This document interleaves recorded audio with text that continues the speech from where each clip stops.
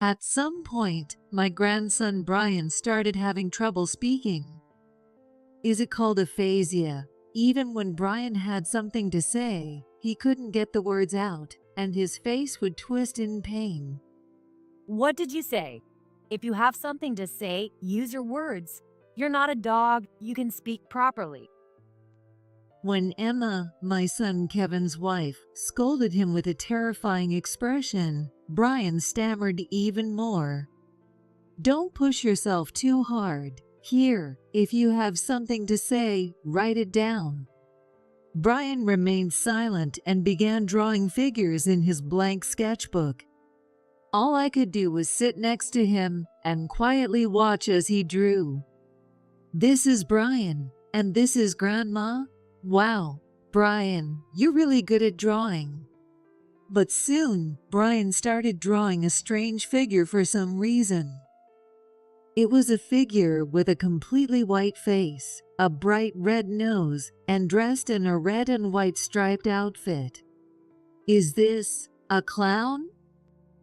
Brian nodded slightly and looked at me with a pleading gaze, as if trying to tell me something.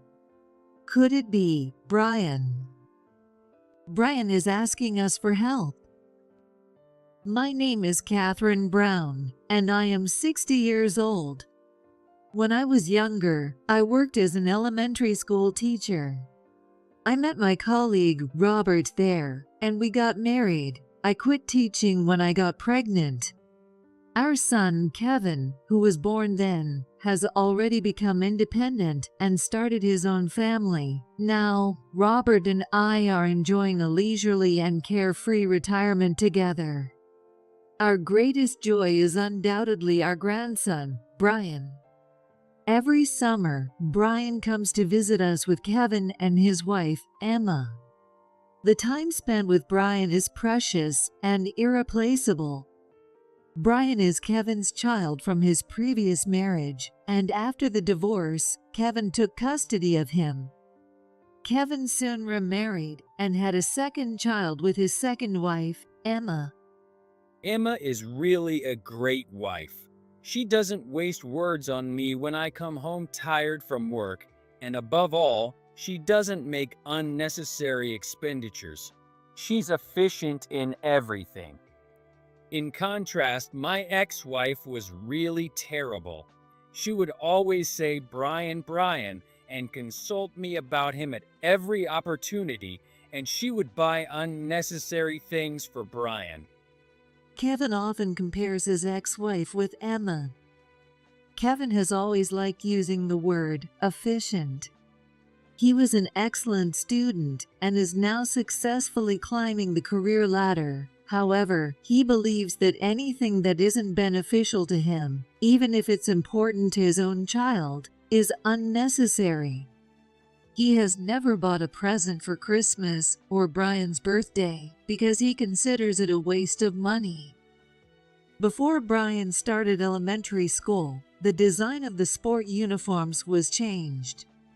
The parents decided to unify everyone with the new uniforms, but Emma made Brian wear a hand-me-down uniform from a friend, even though Brian didn't like it, making him the only one in an old uniform.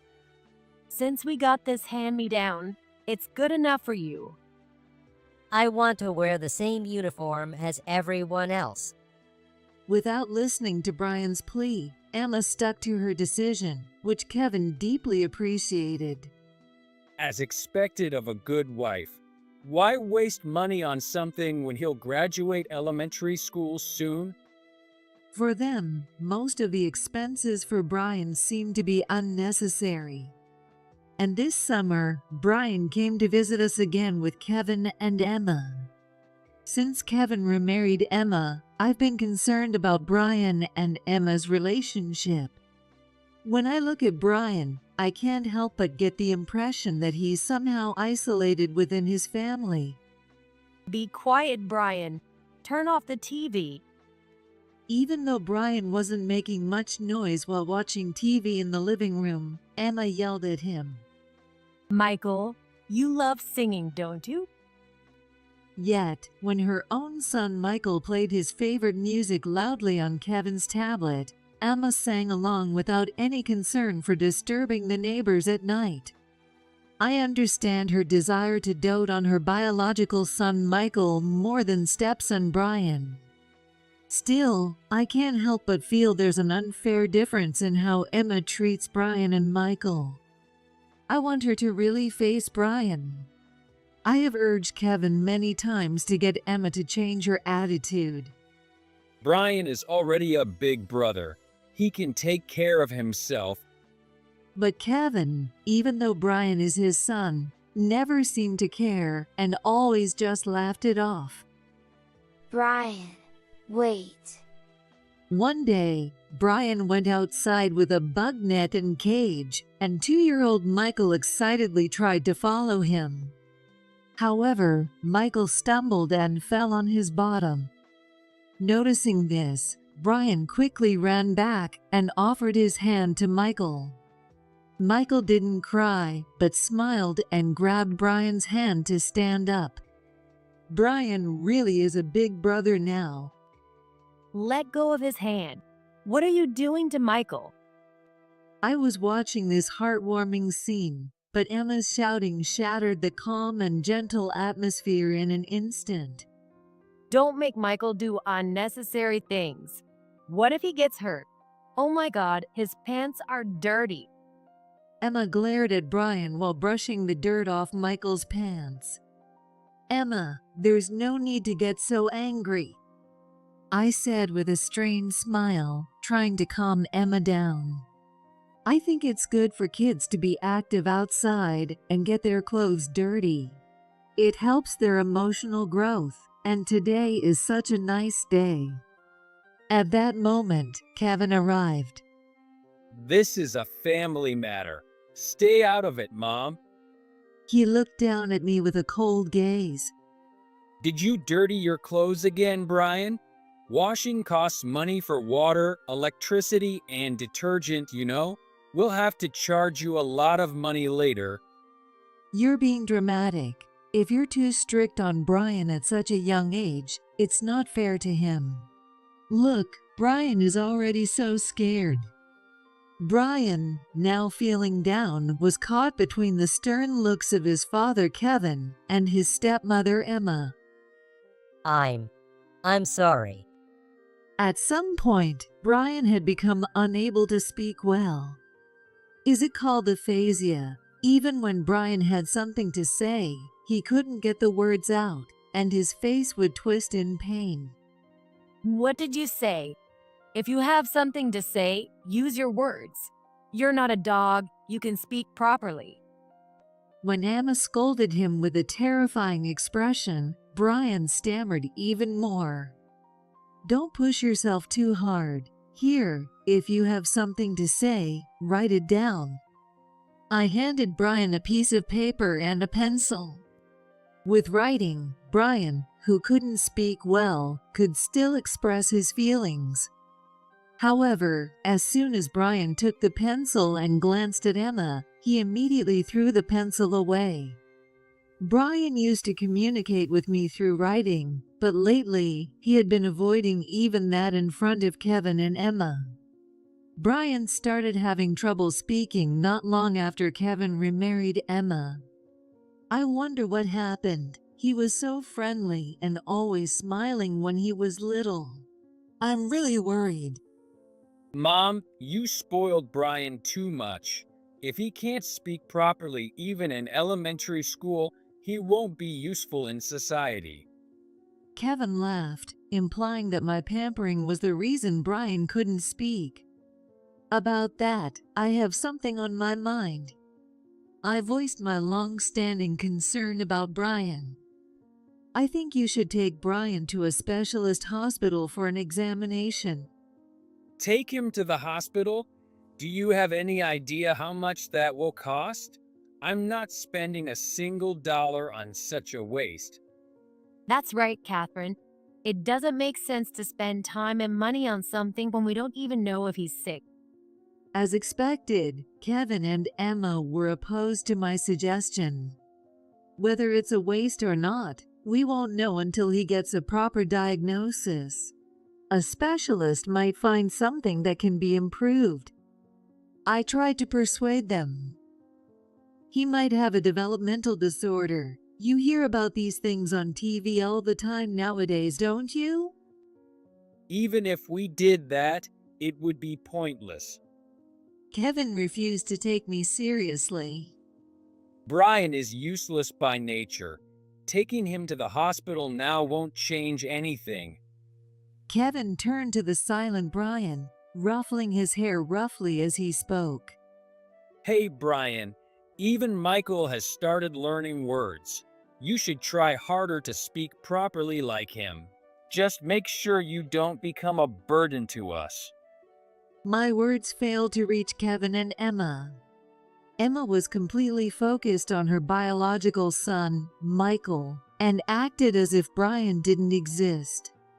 When Brian approached Michael with a smile, Emma shooed him away as if he were a stray dog. Don't touch him with those dirty hands. Get away. Emma, I understand that you love Michael, but please be kind to Brian as well. Michael is also Brian's brother, and I'm sure Brian loves him very much. Don't compare Michael to Brian, who is a failure. Emma glared at me with a sigh. Calling him a failure? You don't have to say it like that. If Michael plays with Brian and gets influenced badly, will you take responsibility, Catherine? If Michael's future is ruined, it will be because of Brian and you. Stop interfering with my parenting. And when you talk to Michael, get my permission first. I smiled wryly at her exaggerated words, but Emma was completely serious. I'm not joking. I genuinely believe your presence is harmful to Michael's education. Sadness choked me, and I couldn't say anything more. If you talk to someone as irresponsible as her, you'll end up like Brian, a useless kid. Saying this, Emma took Michael and left. Robert, who had been listening all along, came over and gently placed a hand on my shoulder. Emma must be in a bad mood today. Don't take it seriously. Brian will start talking again soon enough. He comforted me. The next day, the sky was clear and sunny from the morning. While hanging the laundry in the yard and looking at the cloudless blue sky, I felt like taking Brian and Michael outside. Since it's such nice weather, why don't we take a bug net and a cage and go play outside? When I suggested this to Brian and Michael, who were watching TV in the living room, Emma stopped me with a stern look. Of course not.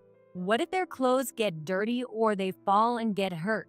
If you want to take someone, take Brian only. A walk should be fine. It's such a beautiful day. Catherine, you haven't forgotten our agreement, have you? When you want to talk to Michael, ask for my permission first. Now, Michael, let's go play in the room with Mommy. Then Emma took Michael's hand and went to the room. Giving up on Michael, I turned my attention to Brian.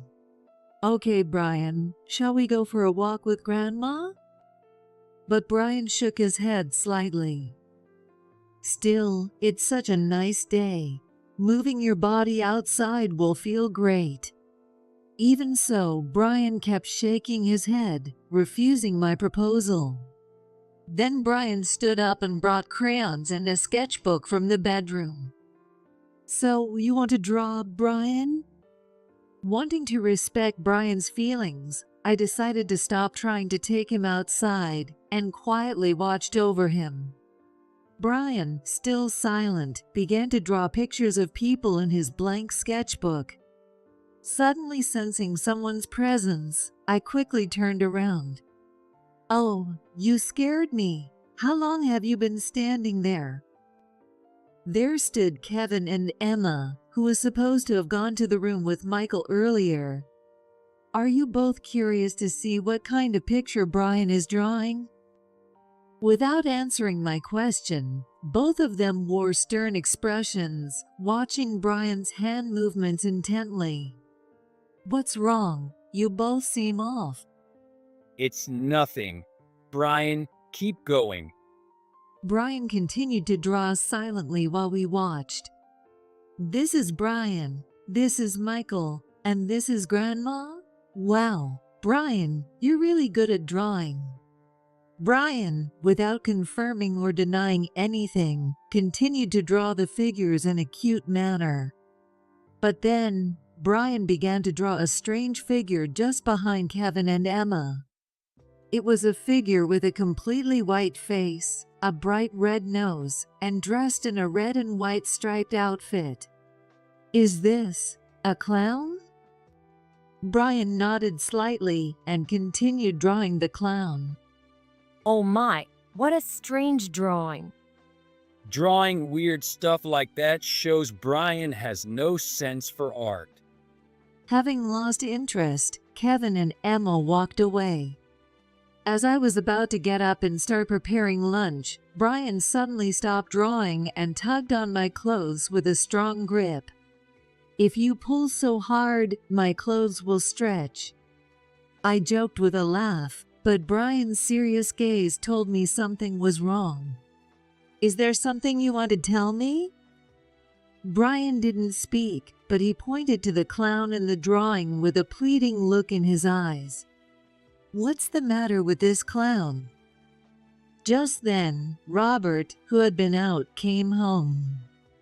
What's going on? Is something wrong? Sensing something amiss, Robert looked at the clown drawing. Didn't you say something like this before? I'm scared of clowns. At that moment, memories from the past flashed through my mind. I remembered that I had once watched a TV show about clowns who cunningly lured children away and kidnapped them, and since then, I had been afraid of clowns. We watched that show around this time last year, and Brian was sitting next to me. At that time, I vaguely remembered saying, "Clowns are kind of scary, aren't they?" Could it be Brian? As I looked at Robert with suspicion, he seemed to have reached the same conclusion, his expression becoming serious. "Brian is asking us for help." That's what it seems like, right? Robert murmured, trying to confirm my thoughts. Grandpa and Grandma will always protect you, Brian. Robert grabbed Brian's shoulders and made a firm promise to him. Now, what do we do next? We devised a plan to find out what Kevin and Emma were doing to Brian. Oh right, we haven't used that yet. I remembered the dinner coupons for a fancy restaurant that a friend had given me. One of my former students, now a French chef, had given them to me as my birthday present. I quickly called Kevin and Emma and showed them the 2 discount coupons. "You haven't had much time to go out since Michael was born, right? Why don't you 2 go have dinner together for a change?" Great. It'll save us some money on dinner. Kevin accepted the discount coupons without any suspicion. But I'm worried about the kids. Emma looked a bit wary. "Don't worry. Robert and I will take good care of the kids. You both deserve a break and some delicious food." But Michael is still only 2, and as his mom, I need to stay close to him. Emma didn't like the idea of me being close to Michael. Kevin patted Emma on her shoulder. Let's take advantage of Mom's kindness for once. It's a rare chance to enjoy a fancy French meal for free. The idea of saving money and getting a free gourmet meal worked perfectly on Kevin, with his efficiency-driven mindset. All right, if you insist. Despite her wariness, Emma agreed to Kevin's suggestion. Okay, Mom, we're going to enjoy our date after a long time. That evening, Kevin and Emma left by car. Once their car disappeared from view, we immediately headed to the bedroom used by Kevin and Emma. Even though they are family, rummaging through someone else's bag felt wrong and made me uneasy. To shake off this feeling, Robert and I looked at Brian's sad, frightened face and nodded to each other. Robert found a notebook in Kevin's bag. Inside, there was a page with a website address scribbled on it. Seeing a sticky note attached to it indicated it was an important note. Robert opened Kevin's laptop and typed in the address. Hey, look at this. Robert's expression instantly turned to one of horror. Displayed on the screen was a dark website for organ trafficking and illegal drug sales. Moreover, Kevin had bookmarked the homepage, indicating he had visited it multiple times. When we checked the email history, we found detailed exchanges between Kevin and organ traffickers. The contents were shocking. Kevin was trying to sell Brian to overseas dealers, citing Brian's aphasia and inability to speak properly as reasons. This is clearly a crime. Brian is his own son. I can't believe it. Knowing Kevin and Emma's plan, we rushed to the police. By now, Kevin and Emma were probably enjoying a fancy French dinner. When we showed the police the website, the detective's eyes widened. This is the organization we've been tracking. We also explained the situation to my former student, the chef, and he agreed to cooperate with the investigation. Police officers surrounded the restaurant where the couple was dining. Kevin, unaware of anything, came out with Emma, laughing and chatting. Food always tastes better when someone else is paying. Kevin Brown and Emma Brown, right? We have some questions regarding organ trafficking. Please come with us to the station. Startled by the sudden appearance of detectives, the couple tensed up. Organ trafficking?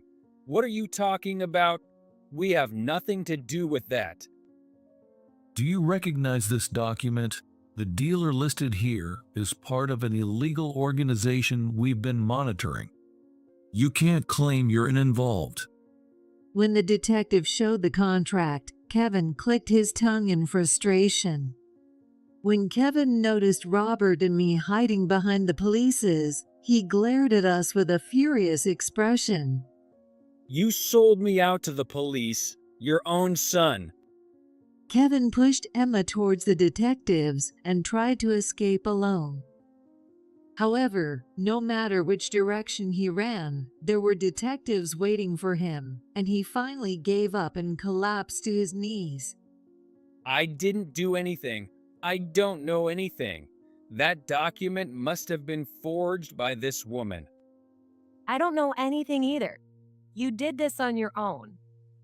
Both of them denied the charges until the end, but were forcibly put into the police car by the detectives. This was the right thing to do, wasn't it? Of course. We protected Brian.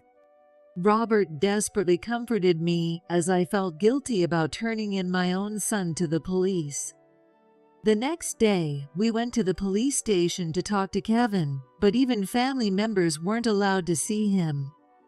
Instead, a public defender reported Kevin's responses to us, and Kevin showed no remorse. Instead, he cursed us for reporting him to the police, calling us heartless. He's beyond help. Hearing this, Robert exclaimed in anger. Please tell Kevin next time you see him that it's you who have no heart. That statement felt like a declaration of estrangement from Kevin. We had one more thing we needed to do. We had to get a proper diagnosis for Brian's aphasia. No matter how many times I had asked before, Kevin and Emma never listened, but we couldn't leave Brian as he was. I took Brian to a general hospital with a pediatric psychiatric department. As a result, Brian's aphasia was diagnosed as being caused by accumulated emotional distress. Well, During his examination with the psychiatrist, Brian began to speak slowly but surely. According to Brian, the harassment from Emma started shortly after she became pregnant with Michael. After giving birth to Michael, Emma treated Brian like a nuisance at every opportunity.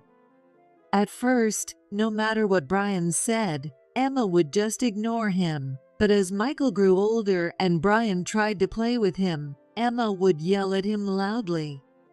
Once or twice, Brian could endure, but when it happened every day, he started to fear Emma. The only person who could have been his savior, Kevin, noticed Brian's increasing isolation, but neither embraced nor accepted him, instead joining Emma in pushing Brian away. You can't do anything. You're useless in this house.